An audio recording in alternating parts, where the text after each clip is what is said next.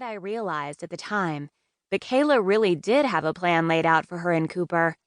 A year later, and they're still dating. Unfortunately, I didn't get to meet Jackson that day. He was there meeting Melissa Carmichael. My blood heats just thinking her name.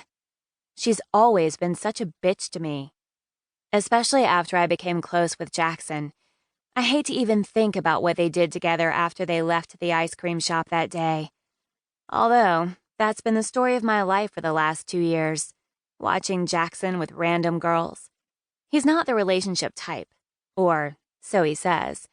I have a sneaking suspicion his mom leaving has something to do with that. The night I finally did get to meet him, well, it was the scariest night of my life. It was 2 weeks after seeing him at the ice cream shop. I had snuck out of my bedroom window after Grams went to sleep and walked to the cemetery to visit my mom. I had sat at her grave and talked to her. It was something I always found comforting, and still do. I told her how scared I was to be starting a new school, worried people weren't going to like me, and more than anything, I told her how much I missed her.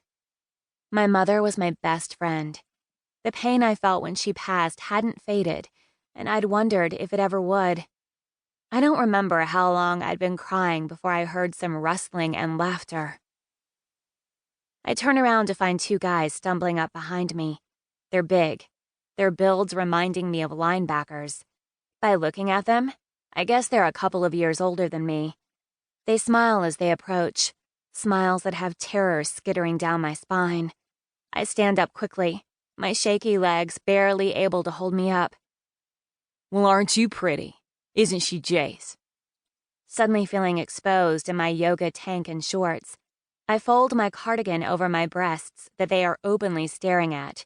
The action only seems to amuse them. Yeah, she's really pretty. I'm glad we happened upon her. Ignoring them, I start forward, but the one referred to as Jace steps out in front of me, blocking my escape. I attempt to calm my wild heartbeat while figuring out how to get out of this mess I found myself in. I know I won't be able to outrun them, but my hope is to at least make it to the street and pray someone hears me scream for help. Unfortunately, it's exactly what they anticipate. I don't make it far before one grabs a fistful of my hair and yanks me back against him. His hand clamps over my mouth with brutal force, muffling my screams. You stupid bitch, shut the fuck up. With every bit of strength I possess, I fight against him, kicking and shifting, trying to break the hold he has on me. But none of it makes a difference. He's too strong. He drags me back to my mom's grave, while his friend Jace watches. His hand stroking over the front of his jeans. My eyes close in disgust as bile inches up my throat. Come on, fucking help me, man. This bitch is squirmy. Jace snaps to attention and grabs my kicking legs to help carry me. They drop me on my mother's grave, the hard impact knocking the breath from my lungs. The one behind me pins my struggling arms above my head, while Jace sits on my legs, restraining them. His hand wraps around my throat as he leans in close, a malicious smile curling his lips.